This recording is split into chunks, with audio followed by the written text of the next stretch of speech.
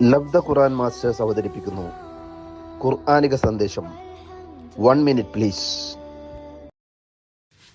അസ്സലാമു അലൈക്കും വറഹ്മത്തുള്ളാ.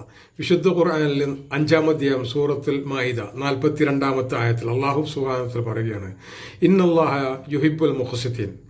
തീർച്ചയായും നീതി പാലിക്കുന്നവരെ അള്ളാഹു ഇഷ്ടപ്പെടുന്നു, സ്നേഹിക്കുന്നു.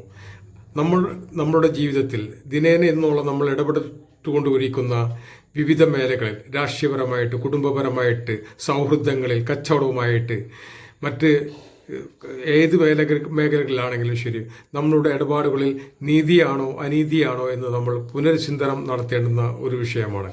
നമ്മൾ കൊടുക്കുന്ന വിഷയത്തിൽ, സംസാരിക്കുന്ന വിഷയത്തിൽ, നമ്മൾ ഇടപാടുകൾ നടത്തുന്ന വിഷയത്തിൽ അനീതിയിലാണോ നമ്മളുടെ പെരുമാറ്റങ്ങൾ, കർമ്മങ്ങൾ വന്നു പോകുന്നത് സൂക്ഷിക്കുക. അള്ളാഹു വളരെയധികം ഇഷ്ടപ്പെടുന്നു എന്നാണ് ആ ആയത്തിൽ അള്ളാഹു സുബ്ഹാനഹു വ തആല പറയുന്നത്. അതുകൊണ്ട് നീതിയിൽ അധിഷ്ഠിതമായ ഒരു ജീവിതം നയിക്കാൻ അള്ളാഹു നമ്മൾക്ക് ഏവർക്കും തൗഫീഖ് ചെയ്യട്ടെ. അസ്സലാമു അലൈക്കും വറഹ്മത്തുള്ളാഹി വബറകാതുഹു.